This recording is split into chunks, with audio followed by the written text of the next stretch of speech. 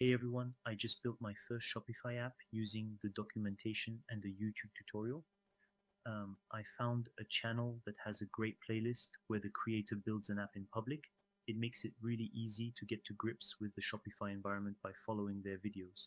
I'll put the link to the YouTube playlist in this video, um, but I'll show you the playlist quickly anyway. So it's in 8 parts and it's Limadev's channel. So a big shout out to him if he ever sees this video, because it really helped me um, get to grips with the basics of Shopify quite simply.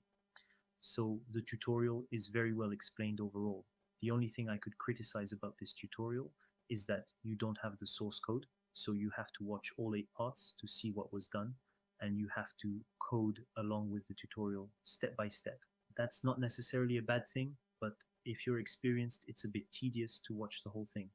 Anyway, on my end, I'll put the GitHub link to what he did and what I added on top. There you go. Just the same, it'll be in the description of this video. Also, I think it's a shame that he only implements the back office part, meaning the part of the app that the merchant configures to make available to the end customer. But on the front office side, meaning what the store's customers will see, well, he didn't go all the way. And that's a bit of a shame because usually you implement both parts and not just one. In any case, it's still super cool of him to offer this kind of high quality tutorial and share it on YouTube. On my end, I apologize, but I'm not going to shoot a tutorial where I build the whole app in public. It's a bit too long, besides a big chunk of it has already been done by him, and so you can just go look at my code and take what you need. So as I said, I'll share the GitHub repo with you in the description. The tutorial where I build the whole app in public. It's a bit too long, besides a big chunk of it has already been done by him, and so you can just go look at my code and take what you need. So as I said, I'll share the GitHub repo with you in the description. And in this repo, there's everything Limadev did. And on top of that, I refactored some of the code. I took the liberty of doing that, and I completed it with the missing front office part. Of course, this isn't production ready code. This kind of app isn't meant to be published on the App Store. That's not the goal. So I didn't take the time to write unit tests or set up CI/CD pipelines with SonarQube or AquaTrivy for code quality or security. It's more of an educational project than a commercial one here. That being said, let's talk about the app. Its goal is to allow different users on the store to see the number of likes on a product and like the products themselves if they want to. A bit like under a YouTube video, really. So as I already said, this kind of app will never go on the App Store. It will never be published on the App Store because we already have plenty of extensions to, for example, add reviews and star ratings under a product. So it amounts to the same thing as what we developed, but more complete. However, this kind of app, which is very easy to develop, allows us to get to grips with the Shopify environment at our own pace. To get back to the app we developed, we obviously need to be able to store which user liked which product in the e-commerce store, so we need at least a database for that. I chose Postgres with the Prisma ORM. Actually, I didn't really choose Prisma. It's an integral part of the Shopify environment. Also, a person shouldn't be able to like the same product multiple times. So the like button is only available to logged in users. Here you see I'm not logged in, so I can't like. On the other hand, if I click on the button, it will prompt me to log in, etc. So that brings me to a login page to encourage me to log in or create an account to be able to like. And on the technical side, a like must be associated with a product and a user to ensure data integrity. We've covered the features on the front office side, so we can move on to the back office side. So here we have 3 pages, the settings page, the home page, and the subscription page, the plans. The app is only accessible to subscribed users. We have a single plan right here. Oh, I forgot something. I'll try to show you right now what happens when you're not subscribed. So to do that, I'll have to look around a bit. I apologize in advance. Let's see. I'll try to unsubscribe from my own app and see what happens. So let's go, we go to, I think it's in apps here, and I should be able to manage billing. There we go. Let's see, I'll unsubscribe. I think that's how you do it.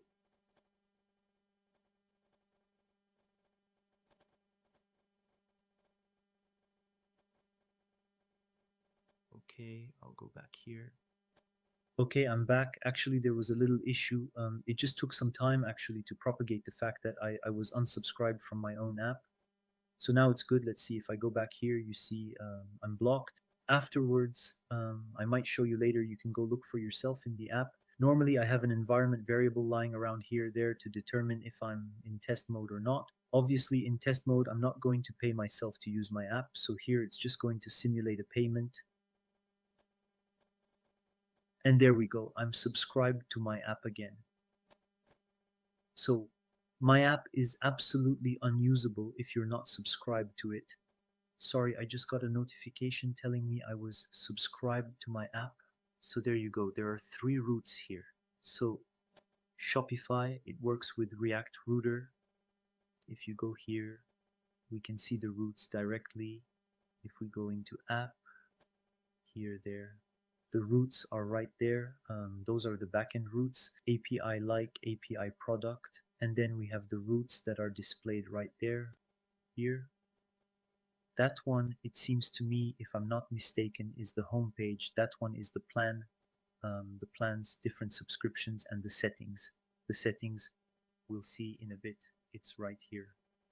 There. So as I said, once subscribed, we have access to the home page. This last one doesn't interest us much because we only display fake data. It's just there for the page, but it needs to be modified later. Next, we have the settings page, which is quite interesting. This last one allows us to disable the like feature on certain products. Quite simply, there you go. I can disable it on certain products if I want to allow or not allow the like button. We'll test this part at the end as well. I'll show you how it works. That's it, basically. And finally, we have the plans route. So there you go. We have one single plan at €3 a month. So for what's next, I'll start by doing a quick demo of the Shopify app to show you how it actually works. Then we'll take a quick look at the code to show you a bit how all of this is structured.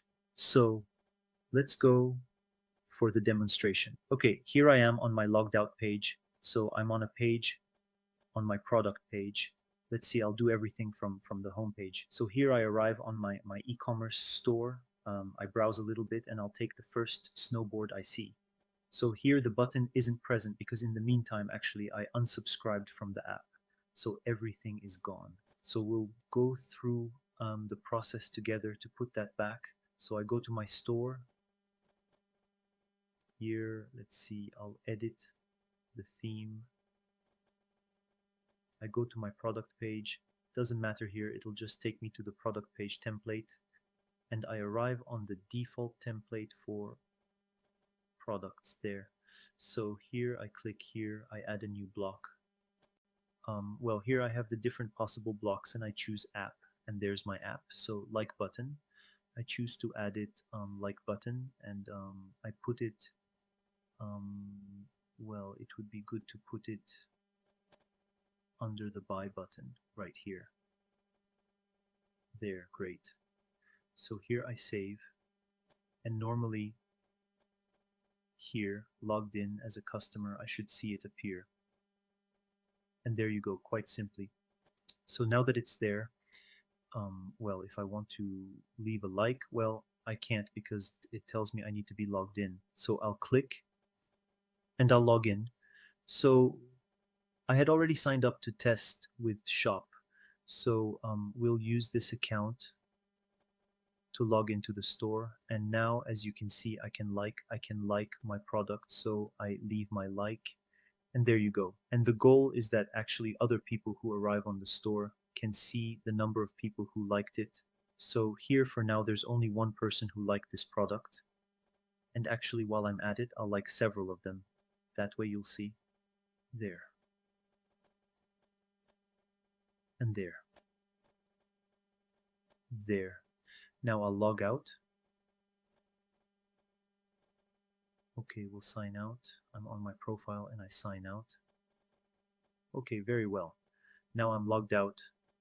And normally I can still see the products that have been liked, you see. Okay, now if I want to like, the thing is, so this is done so that a person can't like as many times as they want. And if now I want to like with another account, for example, so we'll take, let's see, I have a test email address. This last one, there. on my code on my email address. So we'll edit that.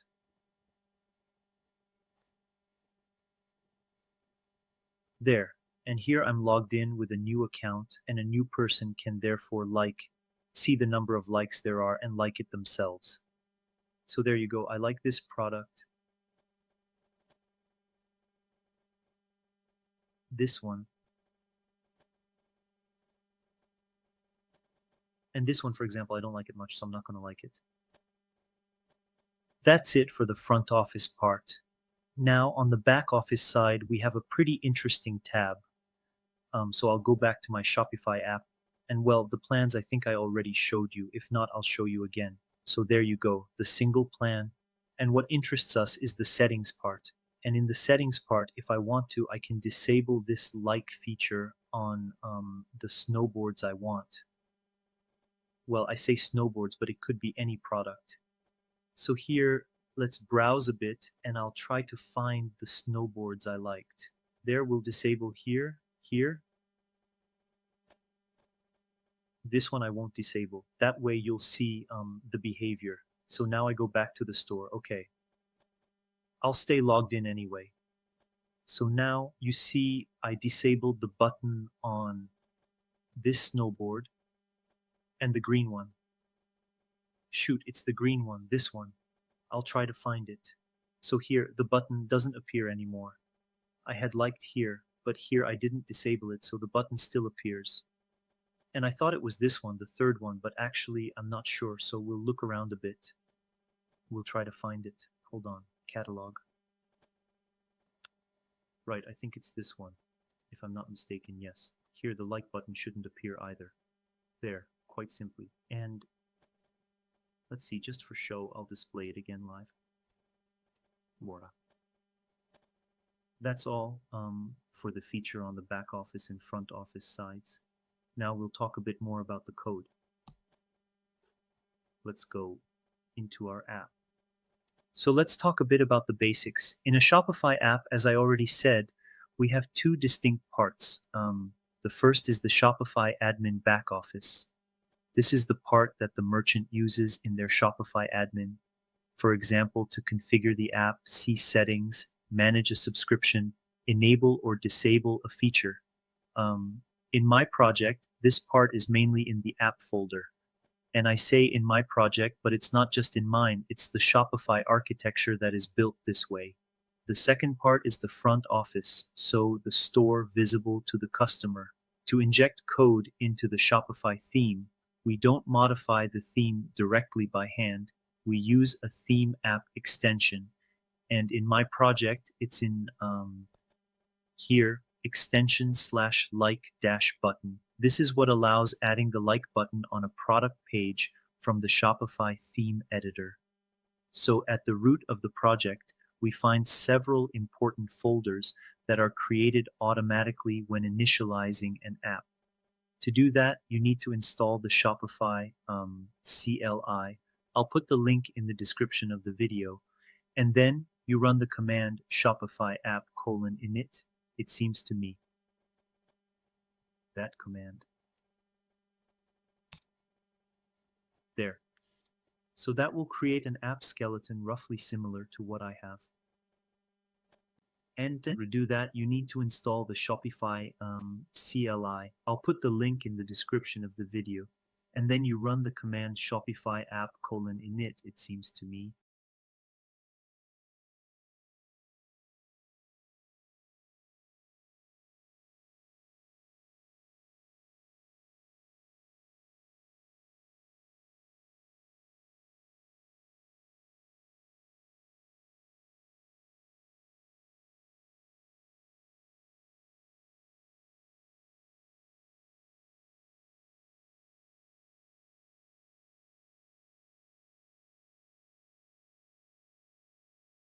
Table, which is right here as well.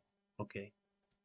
Next, there's the extensions folder right here, which contains the Shopify extensions. Here I have a theme extension called like button. It contains liquid code, JavaScript, and CSS. The liquid file right here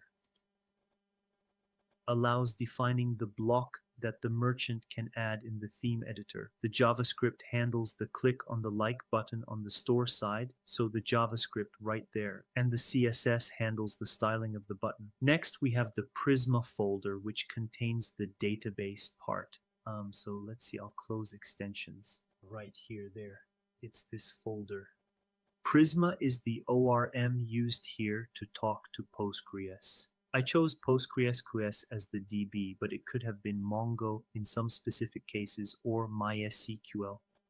In the schema.prisma file, we define our database tables. You see each time, well, the name of the table, the different attributes that are in the table. Then migrations allow evolving the database cleanly. After that, we have the shopify.app.tom file, which is very important. It's the Shopify configuration file. It contains the app name, the requested API scopes, the webhooks, the proxy. Next, to understand the overall operation, a Shopify app isn't simply installed in Shopify. In reality, the app runs on our own server. Shopify displays it in the admin using an embedded app, usually in an iframe, with the help of App Bridge and the React Router template. When the admin app needs to read or modify Shopify data, it uses the admin API. In this project, we mainly use GraphQL. For example, we can retrieve the list of products, store information, themes, or create a billing subscription. To communicate with the data stored in the Shopify database, we have to use GraphQL, which is a bit different from a classic REST API. Instead of calling lots of different endpoints, we send a query that describes precisely the data we want to retrieve. It's very convenient with Shopify because objects like shop, product, theme, app subscription, create, etc. are exposed via the GraphQL schema of the admin API. For the interface in the Shopify admin, Shopify pushes its Polaris design system, meaning that you don't recode buttons, cards, tables. All of that, you don't recode it yourself in HTML, CSS, but you directly use the components already designed by Polaris without having to redo the HTML and CSS entirely. So here I used AI to generate the slide you see on the screen. In reality, Polaris doesn't really look like that. You have components in the app I shared with you. Right here, there, these are React files, the reusable components. And you can see, this is what Polaris looks like. We have an prefix, which I think means Shopify button, Shopify stack, Shopify icon, Shopify paragraph.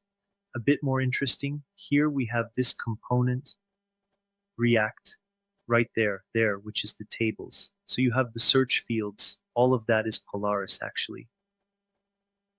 There's no need to do imports because they are directly done simply because I initialized the Shopify app like this.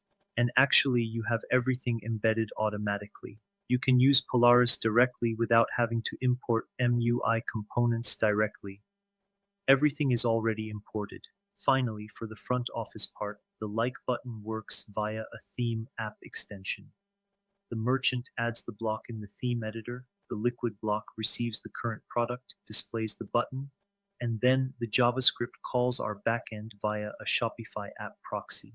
So here, we're referring to what you saw me do at the beginning of the video when I went into my theme, so the theme editor, and I added the app under the buy button for the snowboards. The app proxy allows a storefront page to call our server application through a URL like/app/like-product. In my case, it's important because the like button needs to know which product is displayed, if the product is disabled in the back office, how many likes it has, if the logged in customer has already liked this product. So we store that in the database with Prisma. To prevent a customer from liking the same product multiple times, we associate the like with 3 pieces of information: the store, the product, and the Shopify customer. In summary, this app is composed of 3 major parts. So let's go back to the code, right here. So there's the admin embedded app in the app folder to configure and manage the administration part. The theme extension in the folder, therefore /extension to display the button on the store. Then we have the Postgres database in the Prisma folder. So we use the Prisma ORM to store disabled products and likes. That's really the key point to understand in Shopify. An app can have an admin interface for the merchant, an extension visible on the customer side, and a server layer that links Shopify, the database, and the storefront. In this React Router template, this server layer is largely integrated into the app folder. So right here, we find the React pages, but also loaders, server actions, GraphQL calls to Shopify, Prisma repositories, use cases, webhooks, and some API routes. Eventually, on a more serious app, we could extract part of this logic into a separate backend, like in a Nest.js backend. But it's not as simple as moving a folder. You have to decide where Shopify auth, sessions, billing, webhooks, the app proxy, and database access live. That's it on my end. I'll continue to document myself a bit more on Shopify Admin, the different ways to organize my project, how to extract precisely part of the business logic into a dedicated backend. Then I'll launch a first app on the Shopify App Store. I've already chosen the app I'm going to develop. I think I'll get back to you once it's published. In the meantime, take care and see you soon.